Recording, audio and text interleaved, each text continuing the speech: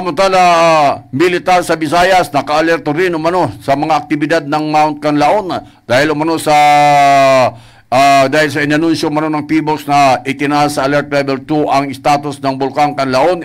Inalerto umano ng Marcos Administration ang mga militar. Ayon sa BISCOM o Visayas Command, nasa 34 Disaster Response Task Unit o DRTU mula sa 303rd Infantry Brigade of Joint Task Force SPEAR ang naka-standby na ngayon na kumpleto mano sa essential disaster response tools, mobility at communication assets na makatutulong para sa gagawing evacuation, search and rescue operations at iba pa mga critical tasks.